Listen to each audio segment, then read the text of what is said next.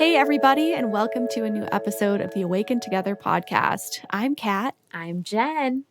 and in today's episode, we're diving into our experience with the Indian holistic healing modality of Ayurveda. We will touch on what it is, share about the three doshas, and how knowledge of this ancient study can help you bring more balance into your life. Awesome stuff. So, Ayurveda in Sanskrit, it translates to knowledge of life. So, this is an ancient wisdom designed to harmonize our internal and external worlds. So, Ayurveda identifies three basic types of life force energy that is present inside of all of us. The three types are Vata, Pitta, and Kapha. And so the goal of this system is to find balance between all three. But what we often find is that we are in imbalance. So you might have one type that's a little higher. So what we recommend before we dive into all the details that fall under each dosha is to take a quick quiz. So this is something you can Google. You can search dosha quiz, or if you go on our Awaken Together podcast Facebook page or Instagram, we're going to pop a quiz on there so you can take it before you listen to this full episode. It might help it make a little bit more sense. Definitely. Highly recommend taking that quiz. It's a really good one and can bring nothing but awareness to how you show up, how you present. So next, we'd love to give you a high-level overview of each of the doshas. We'll get into the element that's associated with each, the body type, the characteristics, signs of balance, signs of imbalance, foods to reduce for each dosha, foods to increase, and the benefits of doing this. So I'll start us off with Vata. The element associated with this is air. If you're a Vata body type, the tendency is to be thin, delicate bone structure, low body fat, hard to gain weight. With all of these, take that with a grain of salt because the body type isn't necessarily going to be guaranteed for each dosha. So just take it with a grain of salt. Characteristics associated with this: sensitive, spiritual, running late, people who can't sit still, even forgetting to eat, which is kind of a funny thing. People who are prone to snacking don't necessarily need a full meal. Routine of the day feels difficult and overwhelming. A little bit of flightiness, flakiness, some memory problems. You might be easily confused or experience some hair thinning or baldness. Signs of balance for the Vata dosha: you're sharp, quick thinking, creative, fast talking, a little bit abstract, creative, artistic. You might like to write, be really gifted with the art of poetry, and enjoy music. Signs of imbalance: you might get gassy or bloated, that air element within the body. You might feel a little bit unfocused or scatterbrained, spacey. Your skin might tend to be dry if you're imbalanced. Same with your hair and your nails. You might run cold normally or get the chills, get some anxiety, nervousness, have trouble sleeping, and even cavities can be a sign of an imbalanced Vata. So let's talk about foods. Foods to reduce for the Vata dosha: low-fat foods, things that are raw or cold, because that's going to amplify the coldness that's already in your body if you're feeling imbalanced. Eating vegetarian or vegan diets can help you stay grounded and focused. Now, foods to increase on the other side, it's kind of the flip. So you'll want to add more warming foods, foods that are grounding, heavier foods to kind of calm down, and like warm soups that can help to counteract the coldness. So that's Vata. Moving on to the Pitta dosha. The element associated with this dosha, there's two. It's fire and water, which is kind of funny because we think of them to be opposites, but both are associated with this dosha. Body types: medium body frame, well proportioned, so maybe like hourglass kind of figure, prone more towards muscularity, and easily overheated, so you might run hot. Characteristics of this dosha: oftentimes you have a type A personality. Cough, cough, me. You might feel compelled to accomplish things, stay focused, organized, and a characteristic with the Pitta dosha is that you never miss meals. You get cranky if you skip a meal. And this is because you typically have a strong metabolism. You might be a workaholic, and hot, humid climates don't really work so well for you. You also might be sassy. And on the other side, a little bit of drama might follow you because the Pitta dosha, some characteristics with it, are creating problems that don't really exist when you're feeling too balanced. So, kind of always chasing the next thing. You like activity. Signs of balance. A really balanced Pitta dosha is productive. It's your get it done person. Might be really organized and have the capacity to work until you drop, whether that's healthy or not. You have a lot of energy, you're enthusiastic, you're quick, and you're really sharp. Now, signs of imbalance, the other side of this coin. You get easily agitated under stress. You might be irritable, you might feel overly competitive, and other heat associated conditions. You might get some skin rashes, feel a lot of like heat in your eyes, some allergies, some burning sensations there. You might get really hungry and sweat. All of those things are associated with Pitta dosha. Now let's talk about food because that's really important. Nourishment. Foods to reduce.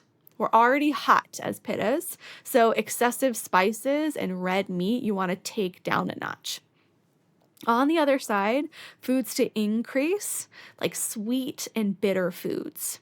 Also, cooling and more astringent foods, like a cool cucumber, or sweet tasting spices, such as cardamom and fennel, dill, and you want to increase your protein too. This is beneficial also to incorporate like peppermint teas, fresh lime, lighter proteins like chicken and fish, dark leafy greens, which are great for everyone, sweet vegetables, and calming and relaxing physical exercises. You might feel the inclination to need to push yourself with like weightlifting, tons of running, but what you might actually need a little bit more of is yoga, Pilates, and some more gentleness there. So we've made it to our third and final dosha, and this is kapha. The element associated with the kapha dosha, there's two. Again, it's earth and water. So we have a little bit of similarity between pitta and kapha in that both have the water element related. Body type for the kapha dosha. Larger body types are typically the ones associated with this, but not necessarily overweight. Well, with kapha dosha, one thing that's associated is that you can gain weight easily. You can hold on to fat and water and kind of bloat a little bit, but you tend to be strong, like big boned, powerful athletes when you're in shape. Some characteristics associated with this dosha are being really grounded, stable, solid, clear about the ways of the world. These are sensual people with strong sexuality naturally, a steady appetite, but not overly strong like pitta, like you can miss a meal. You have a little bit of a slower metabolism and might feel a resistance to exercise because you're generally enjoy moving a bit slower. I've been told in yoga teacher training, which is the first time where I learned about the doshas and Ayurveda as a whole, that the kaphas, a balanced kapha, is like what we all strive to be more like. These are the maternal figures, the people you go to when you just want to feel nurtured and loved, and just being in their presence feels like a big, warm hug. So that leads me to signs of balance. These people are reliable, dependable, calm, peacemakers, affectionate, and really even-tempered. Oh, love all those qualities. And then signs of imbalance on the other side, you might hold on to emotions.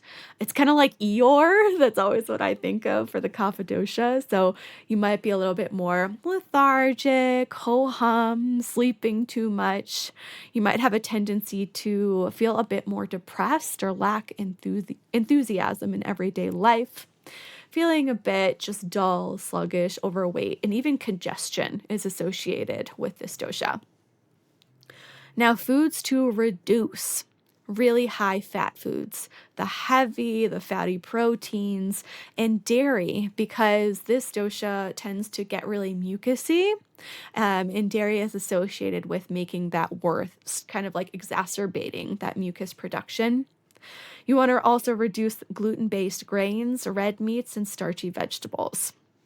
Now, foods to increase for kapha, drying and heating foods, pungent spices for their thermogenic properties, lighter grains, light proteins, and vegetables. Like kimchi is really good for kapha dosha. That helps balance your gut, really good with probiotics. And those pungent spices are really good for inspiration, kind of getting you out of a funk. Some other beneficial foods are beans, quinoa, spinach, salads, cayenne.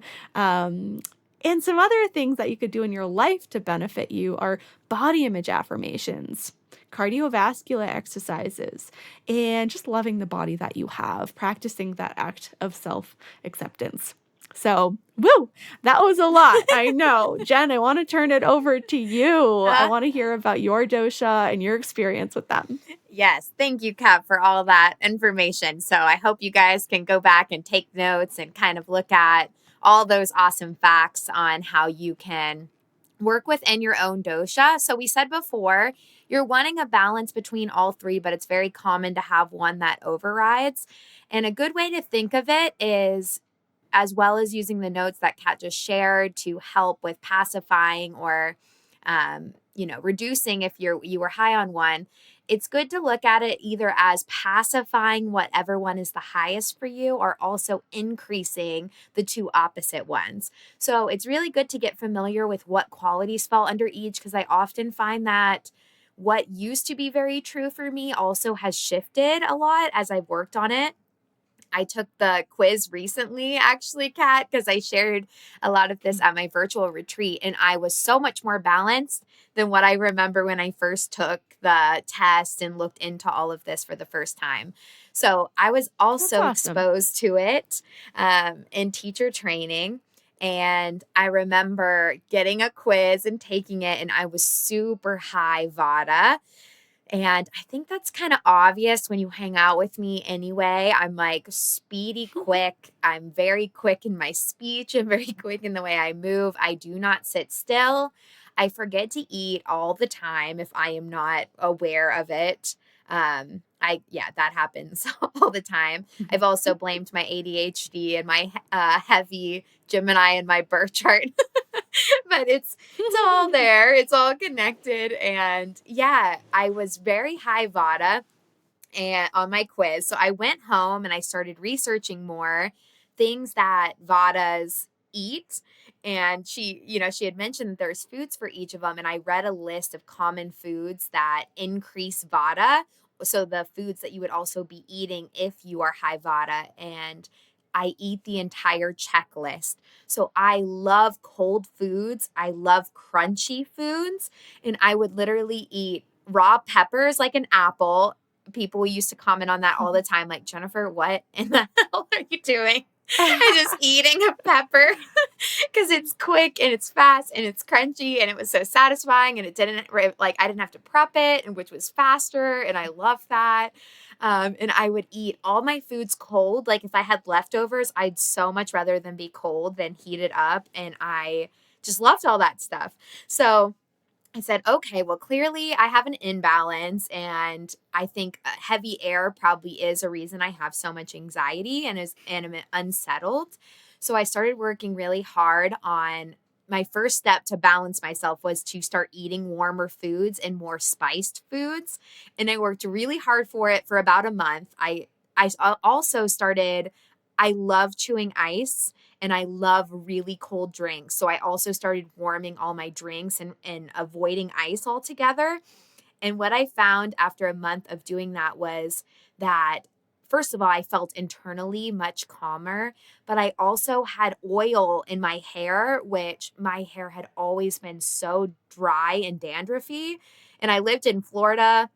and there's so much humidity, so it was always really rare. Like I could not wash my hair for days and you would not be able to see like any type of oil from not showering because my hair would just be so dry.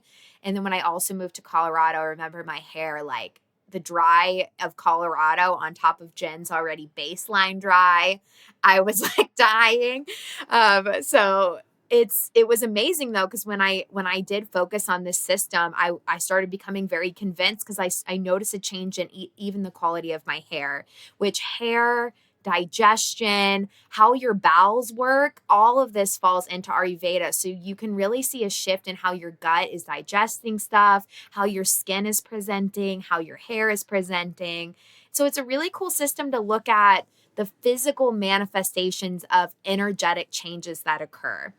So, Miss Pitta, you want to tell us kind of how that looks like for you? Yeah, definitely. I remember it was just last year in yoga teacher training that I learned about all of the doshas. And we did this activity where one of my teachers, Katie, she said, I'm gonna go around the room and see if I can guess your doshas. And this was after we had already all taken the quizzes ourselves, so we had a sense of what our bodies at least were, and she did know our personalities, so she could use that to as evidence to try to figure us out. And she looked at me and she just goes, "You're a pitta, right?" And I was like, yeah, how did you know?" and she and I was sitting at the time, kind of sitting on the ground with my knees hugged into my chest, and I was wrapping my arms around my shins, like holding on to my opposite elbows with my hands. And she just looked at my shoulders and she said, "Have your shoulders always been muscular like that?" And I said, "Well, yeah, I guess so. I tend to hold my weight in my lower body when I gain it, and my shoulders and my arms have always been pretty like muscular." And she goes, "That's a very big quality of pittas. Like all you have to do is look at a pitta's shoulder line, their shoulder muscle, and you can tell like if they have a pitta body." So that was really interesting to me. And later on that day, when we were all going to lunch, we kind of decided, who wants what, and three of us went to get bagel sandwiches. Mm-hmm. We were all the pittas. Nice. We needed like a heavy meal, and all of the vatas, which was everyone else in class. There were, I think, four vatas. They all got salads. Yep, crunch. So satisfying. Fresh, light, cold. And we were like, we need food, sustenance, warmth, So good. carbs. It's so funny just to think about like what we go to naturally, because you'd never catch me dead eating a pepper like an apple. Mm-hmm. Yeah. I love it. I love how you said that, Jen. And it's so. And Go ahead, Kat. Go ahead. okay, so even like when I do eat an apple, which I have to kind of force myself to, I'll cut it into pieces and put cinnamon on it to like warm it up in any way. Oh no, definitely not me. Oh, it's so funny. That's so good. And yeah, I think so often as a society we treat all this stuff differently. Like if our skin is producing a ton of oil, we go to skin products, or if our gut's messed up, we take different medicines to soothe it. We don't tend to look at all of these things as being a energetic temperament. So I think it's a really awesome thing to add into your life, because a lot more of this stuff could be connected than what we think. And I'm super into energy, and I just love the concept that we have these three energies trying to work together within us. And another thing to point out is the season. So Vata season is fall to early winter, and then Kapha is late winter to early spring, and then Pitta is in the later spring and through the summer. And so it's really cool to actually rank like what order you would put the seasons, because for me, I have always had the lowest energy in the summer, and I have all these people around me going, finally, it's summer. I can come out of the house and I feel alive. And I'm like going into my seasonal like depression in the summer. I do Mhm. not function well in that environment. And then when fall comes, my Vata season, I feel I've been reborn and I'm alive and I feel so good through the winter. And so I find it really fascinating to look at that too. I asked the girls in my virtual retreat to rank their season preference and see if there was any correlation. And it was a little bit more accurate for most people, but a little opposite for some. But it's a cool way to look at it too. Like, when do you receive the most energy? And that could be really hinting at how you respond to these energetic changes and these season changes. So, we are in Vata season right now. And I think a really cool thing to look at is we're getting into cooler air. We're into that quality that comes with fall, and nature produces the exact foods we need to pacify the energetic change that comes with the season. So to balance high levels of vata, you want those warmer foods. So if you look at butternut squash and pumpkin and sweet potatoes that you can deeply cook, nature harvests and creates all this stuff that we need to pacify it. And I think that is a really cool way to look at it too, that there's already nature's already doing its thing. We just get really pulled away from this like cyclical nature within ourselves. So if you have this awareness of these types, you also can prep like, okay, I know what season we're going into. Like we have kapha coming after this current vata season. I know that I'm going to be slowing down because there's going to be more cold days. I'm probably not going to move as much, which is some of the qualities of kapha is moving slower. Um, you probably aren't going to need nearly as much sleep going into kapha season because you're not moving nearly as much. You're not going outside on really long bike rides in the cold. Um, so you can start to prep and balance for the seasons that are coming up. And so just to go over a few kapha things, you want, once again, leafy cooked vegetables. Ginger tea can be really nice. Um, Looking at different spices and foods like black pepper, cayenne, turmeric. Um, these are all the things that can help with that balance. Also, kapha doesn't need to eat nearly as much. You want to look and eat when you are more hungry, because if you think about it, in winter, we're hanging around a lot more. So we're not getting as much of that digestion from movement and being as busy. But here's the interesting part is we've set society up where you eat tons of food in the holiday months, and it's always the exact food that is not on the list if you want to live through this kind of Ayurvedic lifestyle. You get all these sweets and cookies and candy, and that is so not the temperament you need for a body that's already going to be slowing down. So I told my retreat girls that I would really look at the little things you can change. Of course, that's the way we set up our holidays often is we tend to eat a lot more food, but think about that quality of warming up your food a little bit more. Think about having warmer beverages, maybe adding in like a golden tea. I love golden tea in the winter months. Mhm. And yeah, think of at least what you can do. Maybe you start off with beverages, or you notice the way you move. Maybe in kapha season, you realize like I'm going to need to build some internal heat because my environment around me is not going to be giving me a lot of heat. So let me find ways that I can move some heat through me, maybe a little bit more of a power yoga or a yoga that burns a little bit more energy instead of sticking with more of the lethargic movement as we move into winter. And one other thing is really fun too to look at is we often get really bad allergies and seasonal issues with our sinuses as we move into fall and winter. And so a lot of these things are not only to help your digestion and your skin and hair, but it's looking at your immune system too and how that is functioning. And one of the things that's highly recommended to bring in as a regimen is the neti pot.